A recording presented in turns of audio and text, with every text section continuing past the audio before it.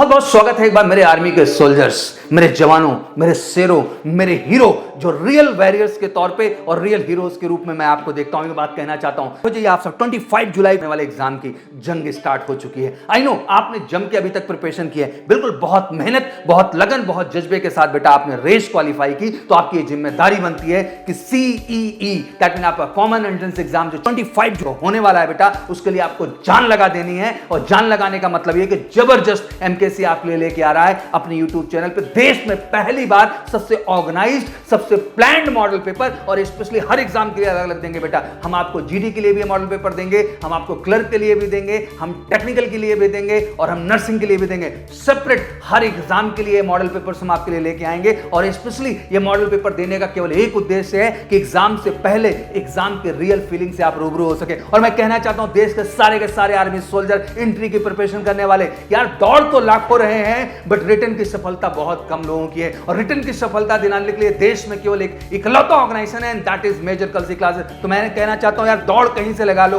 घर से लगा लो, मैदान से लगा लो, कहीं से लगा लो और दौड़ निकाल लो यार। उसके बाद देश में कहीं भटकना नहीं है, बल्कि सबसे विश्वसनीय, सबसे क्रेडिबल एक ही प्लेटफॉर्म पे आप सबको खड़ा होना है, और वो है आपका मेजर कलसी परिवार। तो बिल्कुल MKC ने शुरू कर दिया है आर्मी सोल्जर एंट्री के लिए स्पेशल ऑफलाइन क्लासरूम प्रोग्राम। 1 जुलाई से बिल्कुल वेल अप टू डेट हम चल रहे हैं बेटा, बिल्कुल चीप एंड बेस्ट पैटर्न पे आपको क्लासेस दे रहे हैं। बेहतरीन मटेरियल हम प्रोवाइड कर रहे हैं, जो कि MKC पब्लिकेशन के माध्यम से up to the mark soldier entry के लिए मटेरियल हमने बना रखा है, जहां आपके अर्थमेटिक, जहां आपके रीजनिंग, जहां आपकी GK, जहां आपके साइंस, हर सेगमेंट के, और क्लर्क वाले स्पेशली आपके लिए इंग्लिश की बुक हमने डिजाइन कर रखी है केवल एक उद्देश्य से बेटा, कि आपको मटेरियल को लेकर चिंता करने की आवश्यकता ना पड़े, और वो सटीक क्वेश्चन आप पाएं जो आपके एग्जाम में आपकी सफलता का बिल्कुल सबसे अहम कारण बने। तो बिल्कुल जुड़िए हमारे ऑनलाइन, ऑफलाइन और हमारे पब्लिकेशन के माध्यम से, जो आपको देगा एक बेहतर मौका। तो बिल्कुल नए जोश, नए जज्बे के साथ लग जाओ। हम बैक टू बैक आपके लिए मॉडल पेपर देंगे, और इन मॉडल पेपर्स का लास्ट टाइम बिल्कुल प्रिपरेशन करके अपनी सफलता को 100% सुनिश्चित करें। Thank you so much. तो चलिए शुरू करते हैं आपका मॉडल पेपर। Thank you. जय हिंद बच्चों, मेरा नाम है Gaurav Agarwal, faculty of English, Major Kalsi classes. जैसा कि आप जानते हैं कि इन दिनों हम आप लोगों के लिए मॉडल पेपर लेकर आ रहे हैं, तो आज मैं मौजूद हूं आपके बीच में इंग्लिश के मॉडल पेपर को लेकर, जो क्लर्क के आगामी आने वाले एग्जाम के लिए आपके लिए औषधि का काम करने जा रहा है। देखिए, इस मॉडल पेपर में सबसे पहले इंग्लिश के जो सवाल हमारे पास हैं वो है रीडिंग कॉम्प्रीहेंशन के। अब इन रीडिंग कॉम्प्रीहेंशन के सवालों के लिए सबसे पहले मैं चाहूंगा कि आप लोग इस कॉम्प्रीहेंशन के पैसेज को पढ़ लें। इसके लिए आपको वीडियो थोड़ा पॉज करना पड़ सकता है, उसे यहां तक पॉज करें, मैं साइड हो चुका हूं। अब आप इस पैसेज को पढ़ लें। उसके बाद जैसे अप्रोच तक आपने पढ़ लिया, अप्रोच तक पढ़ने के बाद अब आप यहां पॉज करें और फिर से आप पढ़ें माइनर तक। पॉज कीजिए, पढ़िए, और माइनर तक इसको पढ़ने के बाद ये आपका पैराग्राफ यहां पर खत्म होता है। पॉज कीजिए, पढ़िए। अब मैं आप लोगों के क्वेश्चंस करवाता हूं इस पैराग्राफ के साथ। जैसा कि पैराग्राफ आप देख सकते हैं, आई वॉज लेट ब्लूमर, मैं थोड़ा देरी से समझने वाला ट्यूबलाइट टाइप का इंसान था, और हमेशा मुझे जलन होती थी उन लोगों से जो थोड़ा एक्सेल करते थे हाई स्कूल में, क्योंकि मैं नहीं करता था। मैंने लर्नड अर्ली, जल्दी ही इस बात को सीख लिया, ऑन थॉट, इस विचार को, कि ये बड़ा एसेंशियल है to set yourself apart from the group, कि आप समूह से अलग खुद को हाईलाइट कीजिए। जिंदगी जो है वो एक के बाद एक दूसरा स्ट्रगल है, खासकर जब आप जिंदगी शुरू कर रहे हो। If your biodata is sitting at the bottom of a pile of junk mail, अगर आपका बायोडाटा जंक मेल के पाइल मतलब ढेर, उसके एकदम नीचे पड़ा है, तो बहुत बार डिस्टिंक्टिव अप्रोच, काम को अलग तरीके से करने का तरीका आपको नोटिस में लाता है, विशेषकर तब जब जो कंपटीशन है वो फियर्स है, मतलब गला काट प्रतिस्पर्धा है। एक बार मेरे partner Jerry and I ask, Jerry ने और मैंने दूसरे फ्रीलांसर राइटर से पूछा एक टीवी सीरियल के, कि what characters they hated to write for the most, कि कौन से चरित्रों के लिए वो लिखने में सबसे ज्यादा परेशानी महसूस करते थे, दिक्कत होती थी। हर किसी ने कहा एक ही बात, they disliked writing for the minor characters. 18 साल से छोटे कैरेक्टर्स के लिखने में उनको अच्छा नहीं लगता था, क्योंकि उनको लगा उनके लिए लिखना उनको नौकरी पाने में हेल्प नहीं करेगा। जेरी ने और मैंने डिसाइड किया कि हम स्क्रिप्ट लिखेंगे माइनर कैरेक्टर्स के लिए, क्योंकि that is what was needed and we needed to set ourself apart. क्योंकि बाकी सारे राइटर उनको लिख नहीं रहे थे, हम उनको लिख देंगे तो हम अलग सेट हो जाएंगे। पहली स्क्रिप्ट में जेरी ने और मैंने एक स्कूल की लड़की के बारे में लिखा जिसे एक लड़के से मोहब्बत हो जाती है अपने ही क्लास के। जो प्रोड्यूसर थे उनको कहानी में मजा आया। भाई प्यार मोहब्बत की कहानी में हर किसी को मजा आता है, प्रोड्यूसर को भी मजा आ गया। And with that one script, उस एक स्क्रिप्ट के साथ जेरी ने और मैंने no longer just another comedy writing team, हम केवल बाकी सारे लेखकों की तरह कॉमेडी राइटिंग की ही टीम में नहीं थे, हम और भी कुछ कर रहे थे। पहला सवाल देखिए, Jerry and the author road script for the minor characters. क्यों लिखे उन्होंने? क्योंकि उनके पास काम नहीं था, उनके पास मनी नहीं थी, अपने क्रिएटिव पोटेंशियल को महसूस करने के लिए, एक डिफरेंट इमेज को बनाने के लिए। तो पहले सवाल का जवाब आप कह सकते हैं डी फॉर दिल्ली, एक डिफरेंट इमेज बनाने के लिए। दूसरा सवाल, ऑथर क्यों हमेशा जलता था लोगों से? क्योंकि लोग अच्छे हैं, लोग बुरे हैं। वो हाई स्कूल में था, he was a late bloomer, वो ट्यूबलाइट टाइप इंसान था, लेट ब्लूमर था। ऑथर जो है वो किस ओपिनियन का है? क्या कि इट इज इंपॉर्टेंट कि हाई स्कूल में अच्छा करना बेहतर है, दूसरों से डिफरेंट करना जरूरी है, यही आपका जवाब है। तीसरे का बी फॉर बॉम्बे, दूसरों से डिफरेंट करना जरूरी है। उसके बाद आगे चलते हुए चौथे सवाल पर आते हैं। लेखक के मुताबिक one should follow a conservative approach, ये तो बिल्कुल गलत जवाब। परंपरागत तरीके को पालन करते हुए चले, ऐसा लेखक ने कहा ही नहीं।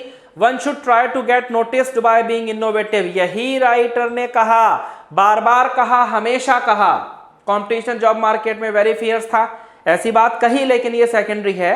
One should be very meticulous in preparing his biodata, biodata बनाने में मेटिकुलस माने अजीब सा होना चाहिए, ये भी बात नहीं है। Author had been comedy writer नहीं, म्यूजिक डायरेक्टर नहीं, इनटू एडवर्टाइजिंग बिजनेस नहीं, न्यूज रीडर नहीं। ऑथर हैड बीन, वो एक राइटर रहा एक्चुअली। कॉमेडी के अलावा उसने लिखा है कि उसने प्रेम कहानियां लिखी, मतलब वो कॉमेडी राइटर भी था क्योंकि वो प्रेम कहानियां लिखता था। तो पांचवें का ए फॉर एप्पल। उसके बाद आइए दूसरे पैराग्राफ पर। अब ये जो दूसरा पैराग्राफ है, यहां आप वीडियो को पॉज कीजिए, लोकल तक पढ़िए, पॉज कीजिए, पढ़िए। कर लिया? उसके बाद लोकल को ऊपर हम ले आते हैं, तो लोकल से नीचे राजस्थान तक पढ़ डालिए। तेजी से पढ़ लिया? पॉज कीजिए, पढ़िए। हमेशा याद रखो, रीडिंग कॉम्प्रिहेंशन के पैसेज को पहले पढ़ो जरूर, तब उसका सॉल्यूशन देखो और मुझसे सुनो।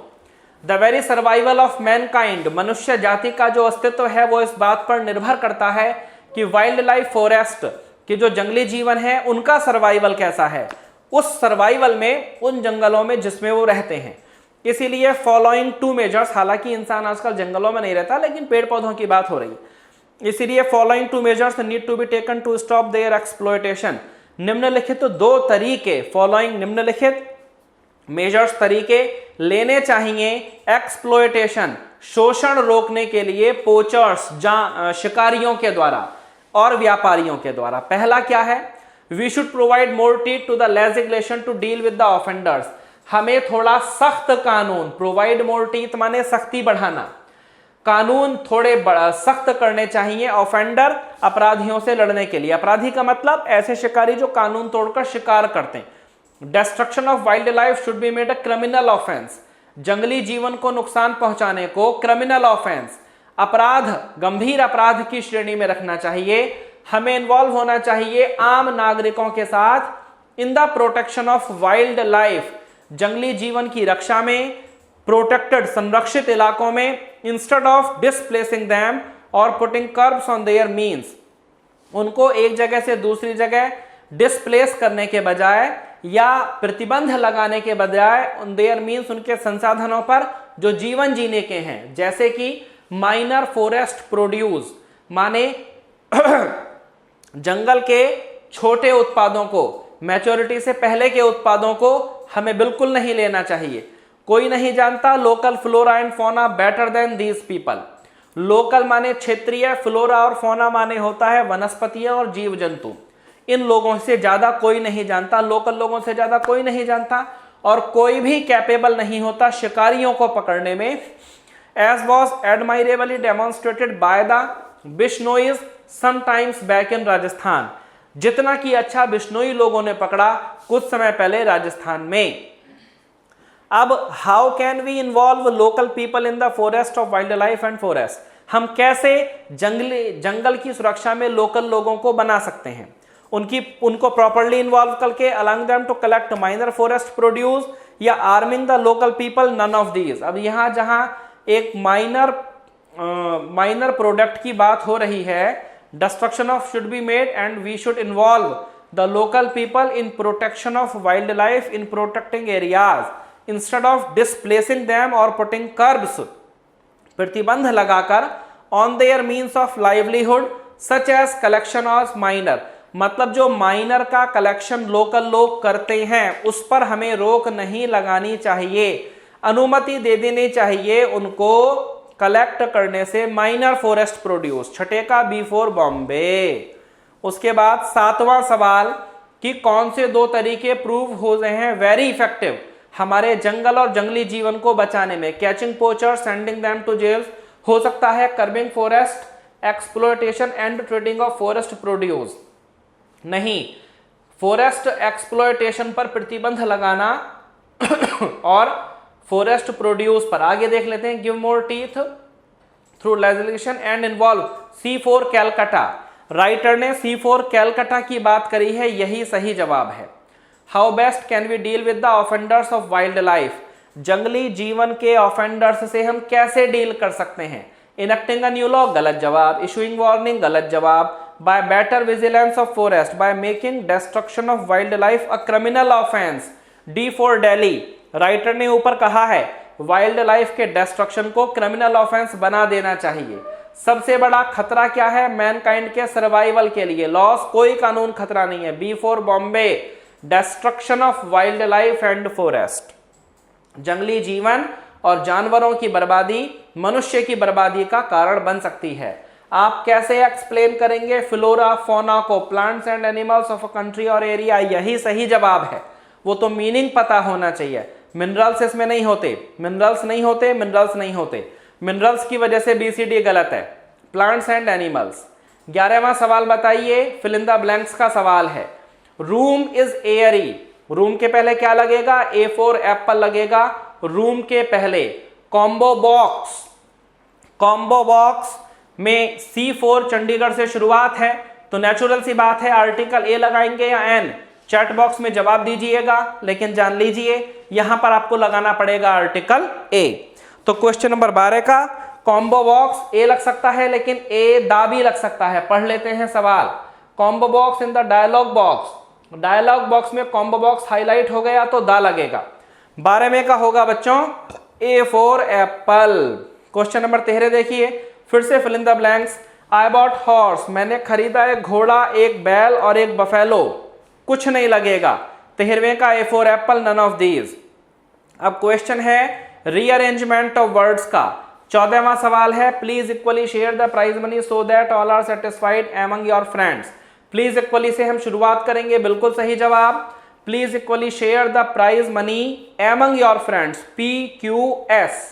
PQS माने 14वें का B for Bombay, R last में जाएगा। 15वां सवाल देखिए, to have an obedient intelligent and are fortunate son you. तो कर्ता कौन है, यू बैठेगा। छठे से शुरू कीजिए। छठे से शुरू करने का मतलब C4 चंडीगढ़ कैंसिल हो जाता है तो यू। इसके बाद हेल्पिंग वर्ब देखिए, यू आर फॉर्चुनेट, छठे के बाद चौथा लगा दीजिए तो माने B फॉर बॉम्बे भी cancel, you are fortunate, fortunate to have, तो चौथे के बाद पहला माने 6 4 1। अब 6 4 1 मतलब D for Delhi, 6 4 1 D for Delhi. 15वें का D फॉर दिल्ली हो गया। 16वां सवाल ये भी रीअरेंजमेंट का है। The Himalayas two of lie India, the Himalayas subject है, सब्जेक्ट को पकड़ लीजिए। उसके बाद हेल्पिंग वर्ब देखिए चौथे में मिलेगी, लाई, द हिमालयाज लाई, पहले के बाद चौथा होना चाहिए। माने A फॉर एप्पल हो सकता है, B for Bombay cancel, C for Chandigarh cancel, D for Delhi cancel.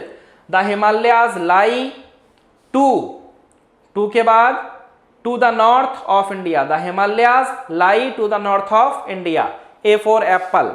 उसके बाद कॉमन एरर का सवाल होगा, अंजलि's performance in the drama was best then, B for Bombay में गलती मिल गई, देन के पहले बेस्ट नहीं बेटर आएगा। 18वां सवाल देखो, 18वां सवाल है whenever they go out for shopping, B for Bombay में इसमें भी गलती मिल गई, फॉर शॉपिंग नहीं होता, खाली शॉपिंग होगा। whenever they go out shopping, shopping खुद ही जीरेंड है, उसके पहले फॉर लगाए जाने की जरूरत नहीं है।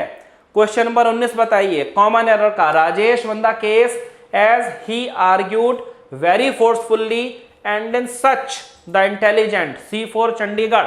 सच के बाद दा का यूज कभी नहीं होता, सच ए या सच एन लगता है, यहां लगेगा सच एन, क्यों? इंटेलिजेंट है, प्रोनाउंसिएशन ही ऐसा है। उसके बाद 20वां सवाल, do you speak French? Yes I learned how to speak it, 20वें का C for Chandigarh, how to speak it लगेगा तो चंडीगढ़ नहीं डी फॉर दिल्ली होगा, डी फॉर दिल्ली। उसके बाद 21वां सवाल, did you inform the police, did you inform the police of the matter, तो यहां लगेगा ऑफ द मैटर। 21वें का होगा बच्चों C for Chandigarh, fix preposition का सवाल है, आपको याद रखना पड़ेगा कि 21वें में इन्फॉर्म के बाद लगेगा वहां पर ऑफ द मैटर। फिर आइए 22वें सवाल पर, I don't know the meaning of a word I look for it या लुक इट फॉर, तो लुक फॉर का मतलब होता है ढूंढना, लुक फॉर इट 22वें का डी फॉर दिल्ली। 23वां, सिनोनिम आपको चूज करना है वर्ड इनोसेंट का, इनोसेंट का मतलब होता है सीधा सादा, क्या मतलब होता है? 23वें का शब्द है इनोसेंट, उसका मतलब होता है सीधा सादा। पहला विकल्प प्योर, गिल्टी मतलब अपराधी, प्योर आप समझते ही हैं, सिंफुल पापी, कनिंग चालाक, तो 23वें का ए फॉर एप्पल हमारा जवाब हो गया। आते हैं क्वेश्चन नंबर 24 पर। क्वेश्चन नंबर 24 में आपको एंटोनिम बताना है शब्द वर्डेंट का। वर्डेंट का मतलब होता है फलित, परिणाम में जो प्राप्त हुआ हो। फ्लोरिशिंग एंटोनिम नहीं होगा, ब्लूमिंग एंटोनिम नहीं होगा, ब्लूमिंग का मतलब खिलना, फ्लोरिशिंग का मतलब फलना फूलना। C फॉर कैलकाटा डाइंग, यही सही जवाब होगा। उसके बाद अंतिम सवाल मॉडल पेपर का, सिनोनिम ऑफ सिम्पुटस, तो सिम्पुटस जिसका कि सिम्पुटस शब्द जिसका कि मतलब होता है बेजोड़, बहुत बढ़िया, शानदार, जानदार, तो बैड माने बुरा, ये तो एंटोनिम हो गया। सुपर्ब हमारा सही जवाब है। अनइम्प्रेसिव ये भी गलत है, पुअर 25वें का बी फॉर बॉम्बे। तो बच्चों ये था सोल्जर एंटी क्लर्क का मॉडल पेपर। इसी तरीके से डेली आपको हमारे चैनल पर मॉडल पेपर्स मिलेंगे, मिलते हैं, मिले थे, उसका पूरा लाभ उठाइए। मिलते हैं अगले पेपर में। जय Hind. A very good morning to all of you. You're most welcome at the Major Kalsi classes. जैसा कि आप कैंडिडेट्स डेली देख रहे हो कि बैक टू बैक कंटिन्यूसली हर एग्जाम्स रिलेटेड आपको सैम्पल पेपर्स मिल पा रहे हैं, उसमें कहीं ना कहीं मेजर कलसी परिवार का बहुत बड़ा योगदान है। मैं अभिषेक द्विवेदी जीएस फैकल्टी आप सबका हार्दिक स्वागत करता हूं इस मंच पर। मैं आपके लिए बेस्ट क्वेश्चंस का कलेक्शंस लेकर करके आया हूं और बैक टू बैक एक कंटिन्यूसली आपको क्वेश्चंस का सैंपल पेपर मिलता रहेगा मेजर कलसी परिवार के द्वारा। तो आइए, आपका बिल्कुल समय वेस्ट नहीं करूंगा, फास्टली क्वेश्चंस को देखते हैं। यहां पे पहला क्वेश्चन है आपके सामने, आप देख पा रहे होंगे। पहला क्वेश्चन अगर मैं बात करता हूं तो where is the headquarter of international court of justice, अंतरराष्ट्रीय न्यायालय का मुख्यालय कहां है? ये काफी रिपीटेड क्वेश्चन है, मोस्ट प्रोमिनेंट एग्जाम्स में अगर मैं कहता हूं बैक टू बैक आया हुआ क्वेश्चन है, तो इस प्रकार के क्वेश्चन आते रहते हैं, इसको देख लेता हूं। अगर मैं बात करता हूं इंटरनेशनल कोर्ट ऑफ जस्टिस का हेडक्वार्टर, तो नीदरलैंड के कहां पे है? हेग में है मेरे प्यारे बच्चों। कहां? नीदरलैंड के हेग में। क्लियर हो गई बातें। यह भी काफी पूछा जाता है कि वियना में, ऑस्ट्रिया की कैपिटल वियना में किस चीज का हेडक्वार्टर है? ओपेक का हेडक्वार्टर है। किस चीज का हेडक्वार्टर है मेरे प्यारे बच्चों? ओपेक का हेडक्वार्टर है। अगर मैं फर्दर बात करता हूं, एक एक चीज को अगर मैं बताना चाहूं यहां पर, तो वियना में जो हेडक्वार्टर है किसका है? ओपेक का, ऑयल एक्सपोर्टिंग कंट्रीज का ओपेक। क्लियर हो गई बात है। तो इंटरनेशनल हेडक्वार्टर्स जैसे यूएनओ की बॉडीज हैं उनका हेडक्वार्टर्स आपको पता होना चाहिए। इंडिया में अगर इसरो डीआरडीओ की बात करी जाए तो उनके हेडक्वार्टर्स आपको पता होने चाहिए। तो ये इंपॉर्टेंट है, इस प्रकार के क्वेश्चंस आपको मिलते हैं। अगर मैं बात करता हूं इंटरनेशनल कोर्ट ऑफ जस्टिस की, तो इसमें नंबर ऑफ जजेस की जो संख्या होती है वो कितनी होती है, 15। और इनका जो टेन्योर होता है, कार्यकाल इन जजों का कितने वर्ष का होता है, 9 ईयर्स का होता है कार्यकाल। ये बहुत इंपॉर्टेंट बात है। चलिए अगले क्वेश्चन की ओर मूव ऑन करता हूं। क्वेश्चन नंबर 2 की बात करा जाए तो इस प्रकार के भी क्वेश्चन मिलते हैं आपको। पिंक सिटी किसे कहा जाता है, मैनचेस्टर ऑफ इंडिया किसे कहा जाता है, लेदर इंडस्ट्री जो है भारत की सबसे बड़ी कहां पे स्टेब्लिश्ड है, इस प्रकार के क्वेश्चंस आपको देखने को मिलेंगे। अगर हम बात करते हैं सिटी ऑफ ग्रेप्स, नासिक को कहा जाता है, किसे कहा जाता है, नासिक को। जयपुर पिंक सिटी आप जानते हैं। यवतमाल की अगर मैं बात करता हूं, यवतमाल, तो ये मोस्ट प्रोमिनेंट सेंटर है किस चीज के लिए बेटा, कॉटन। कॉटन में मोस्ट प्रोमिनेंट सेंटर है महाराष्ट्र के अंतर्गत। तो कॉटन सिटी ऑफ इंडिया की बात करी जाए तो यवतमाल को कहा जाता है। सिटी ऑफ ग्रेप्स किसे कहा जाता है, नासिक को। पिंक सिटी किसे कहा जाता है, जयपुर को। चल अगले क्वेश्चन की ओर मूव ऑन करते हैं, तीसरे क्वेश्चन की ओर। अगर प्यारे बच्चों अगर मैं बात करता हूं तो how many states having a bicameral system, कितने राज्यों में द्विसदनीय विधायिका है। बाइक्रैमल सिस्टम की अगर मैं बात करता हूं तो आप जानते हैं ये वाला ट्रिक आप याद कर लें, कभी भी लाइफ लॉन्ग आप नहीं भूलेंगे। कुंभ जाट, यहां से जे आप काट दें क्योंकि जम्मू कश्मीर पहले बाइक्रैमल सिस्टम इसमें एग्जिस्ट करता था, अब वर्तमान में नहीं है क्योंकि यहां पे यूनियन टेरिटरी हो जाए। K for Karnataka, U for Uttar Pradesh, M for Maharashtra, B for Bihar, A for Andhra Pradesh, T for Telangana.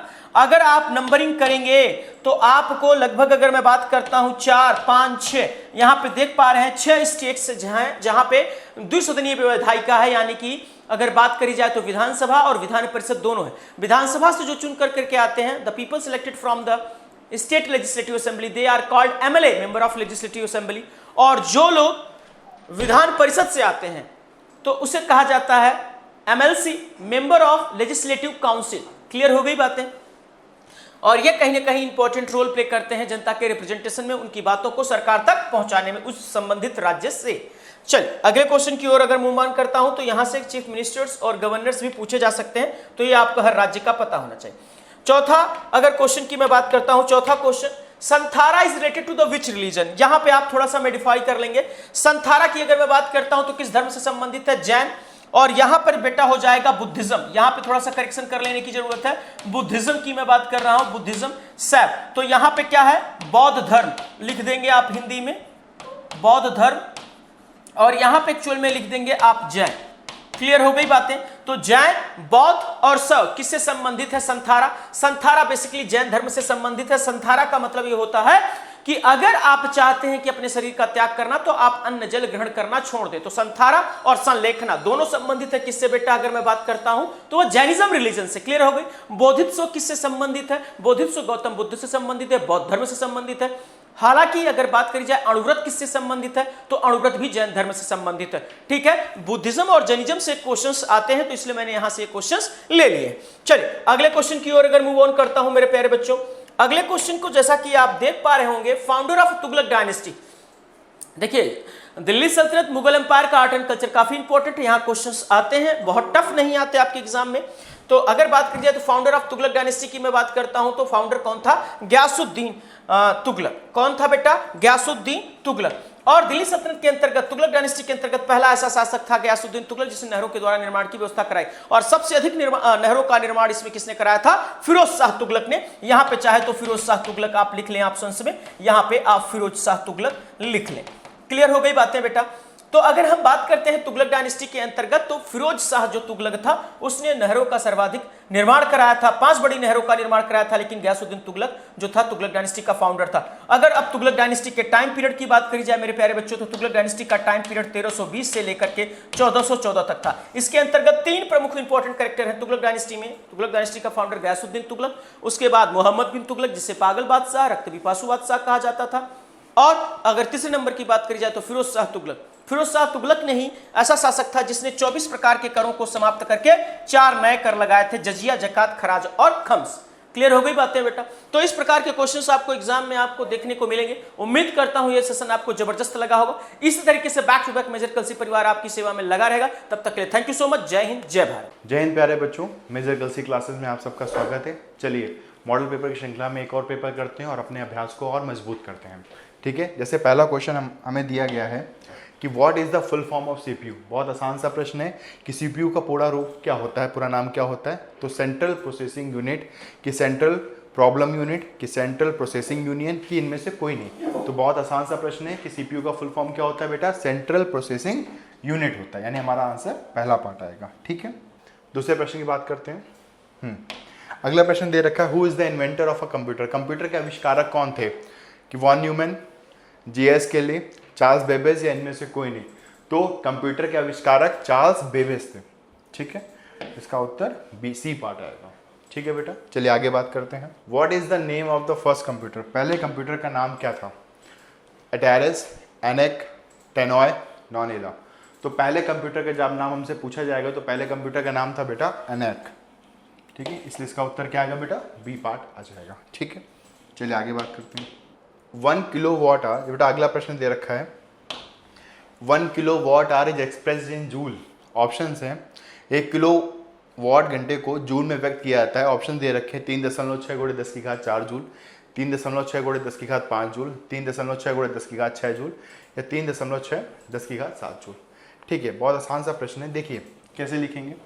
तो जब भी आपसे एक किलोवाट घंटे की बात पूछी जाएगी तो 1 किलोवाट घंटा बेटा इसमें जो होगा वो होगा 3.6 × 10⁻6 जूल होता है। कितना होता है, 3.6 × 10⁻6 जूल। तो हमारा आंसर क्या आएगा बेटा, सी आ जाएगा। ठीक है, क्लियर है, क्या बात समझ में आ रही। चलिए आगे बात करते हैं, अगले प्रश्न पे चलते हैं। बेटा अगला प्रश्न दिया हुआ है हमें, which of the following is not the unit of time. निम्नलिखित में कौन समय की इकाई नहीं है। Leap year, lunar month, lunar month को हिंदी में चंद्रमा कहते हैं, चंद्रमा, लाइट ईयर, कि नन ऑफ दिस। देखिए लीप ईयर साल, ठीक है, समय की इकाई होती है। लुनार मंथ को चंद्रमा कहते हैं, मतलब एक पूर्णिमा से दूसरी पूर्णिमा तक में लगा हुआ समय को चंद्रमा कहा जाता है, यानी लुनार मंथ कहा जाता है। इसका मतलब ये भी समय की इकाई है। लेकिन प्रकाश वर्ष समय की इकाई नहीं है, क्योंकि प्रकाश वर्ष की परिभाषा होती है कि प्रकाश द्वारा एक वर्ष में चली गई दूरी को ही प्रकाश वर्ष कहते हैं। तो इसलिए इसका आंसर क्या है, ये समय की इकाई नहीं बल्कि दूरी की इकाई है। तो बेटा इसका उत्तर आएगा सी पार्ट। क्या क्लियर हो गया, यहाँ तक बात समझ में आती है। चलिए आगे बात करते हैं।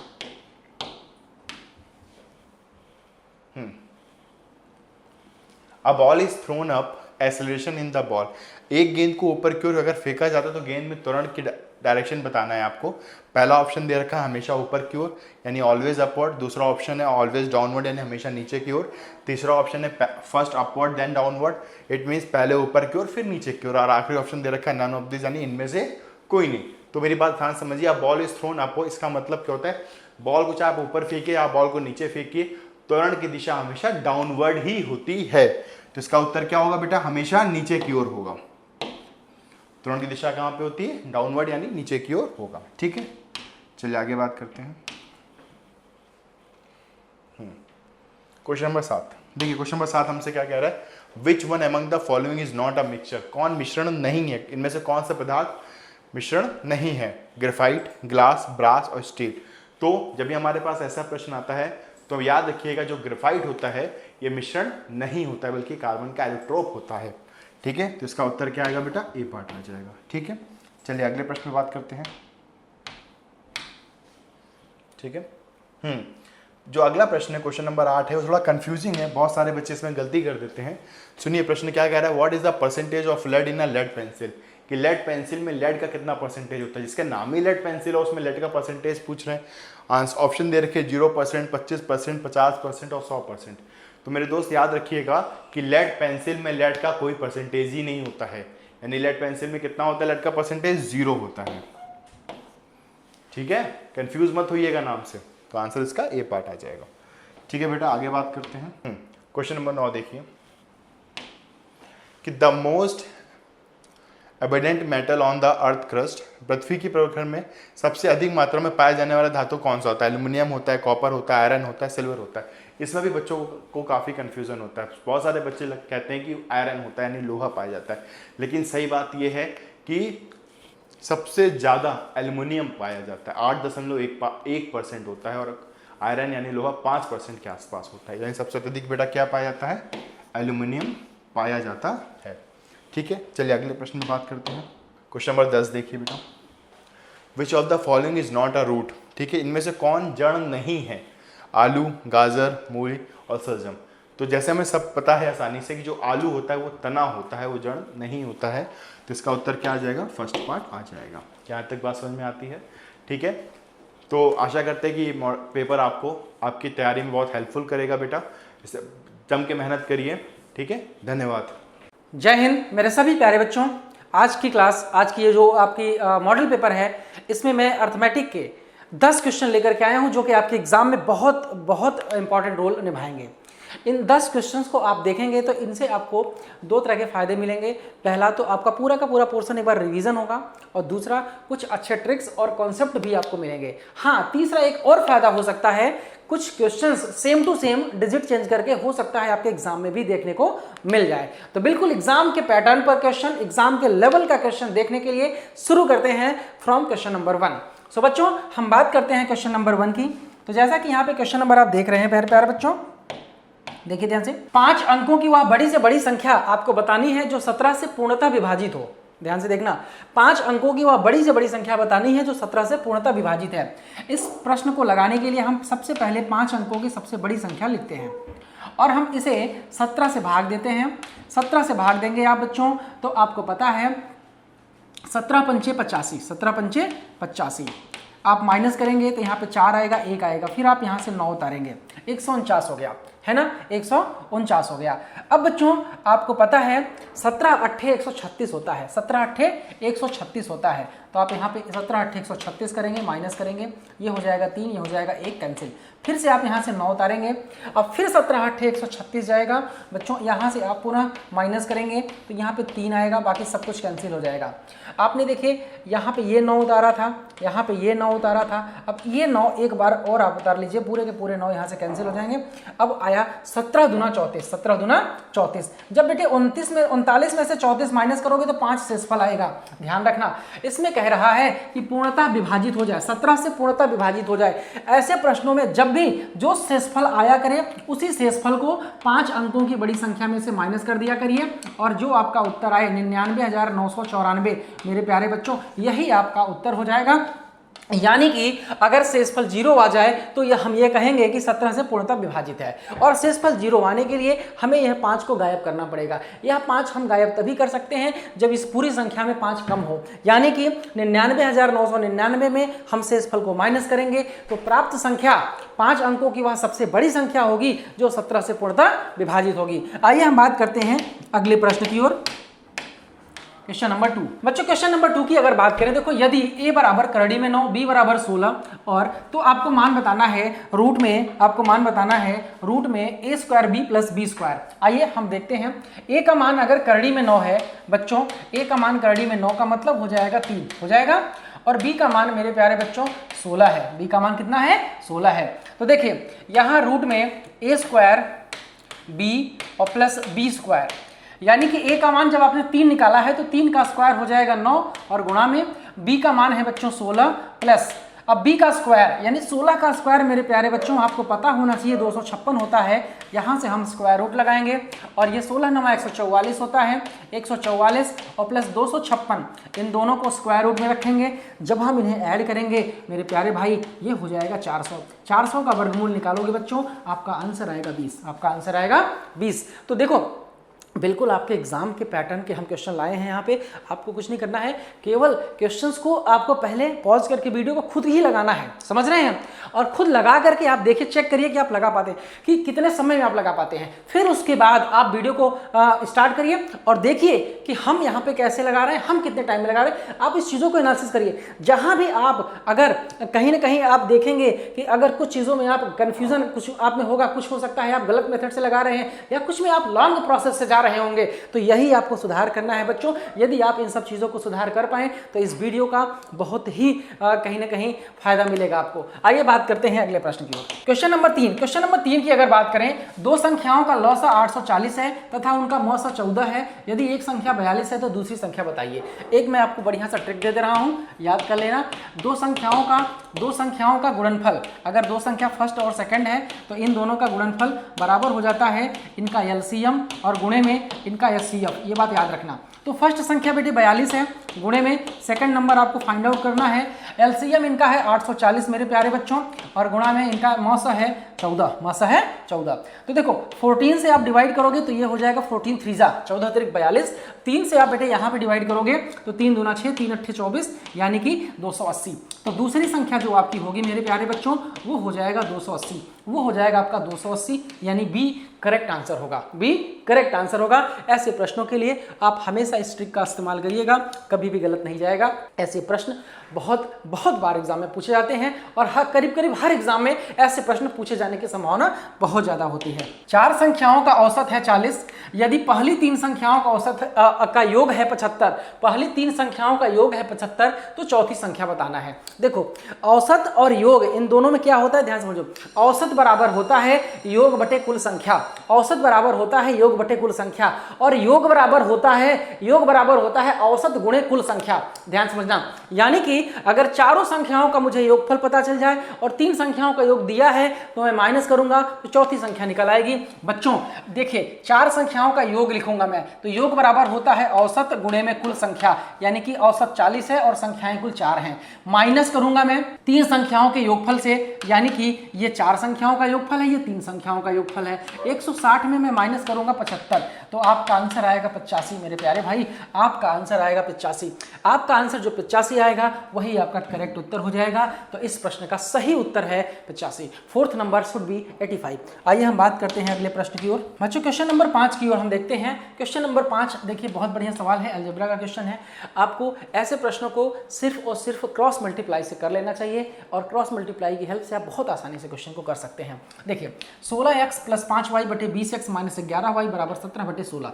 तो x बटे y का मान बताना है। किसका मान बताना है? x बटे y का। यहां से जरा आप क्रॉस मल्टीप्लाई करिए और यहां से क्रॉस मल्टीप्लाई करिए, तो 16 में 16 का गुणा करोगे ना तो 256 आएगा, 256x आएगा, प्लस 16 में 5 का गुणा करोगे ना 80y आएगा, 80y आएगा, बराबर 20 में 17 का गुणा करोगे, 20 में 17 का गुणा करोगे 340x आएगा, माइनस 11 में 17 का गुणा करोगे 11 7 77, 11 क्या 11 और 11 और 7 18, 187y आएगा बच्चों, 187y आएगा।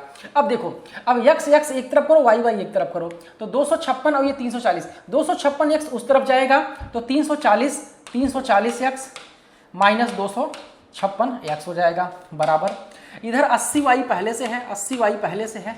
अब ये 187y इधर आएगा तो प्लस हो जाएगा 187y हो जाएगा। जब आप इन्हें जोड़ेंगे तो देखिए ये 7 और 8 8 16, 1 और 1 2, तो ये आपका हो जाएगा इतना y, बराबर यहाँ पे माइनस करेंगे 10 में से 6 जाएगा 4, ये 3 हो जाएगा, तो यानी कि आपका यहाँ पे आएगा 8, इतना y। बच्चों आप देखिए यहाँ पे ये x होगा, सॉरी गाइस, ये क्या होगा, ये x हो जाएगा। तो अगर हम x बटे y का मान निकालें, x बटे y का मान निकालें तो y को हम उधर भगाएंगे तो ये हो जाएगा x बटे y, और 84 को इधर भगाएंगे तो 267 बटे में क्या हो जाएगा 84, 267 बटे में 84 हो जाएगा। तो आइए अब हम देखते हैं कि यहाँ पे कौन सी संख्या किससे कट रही है।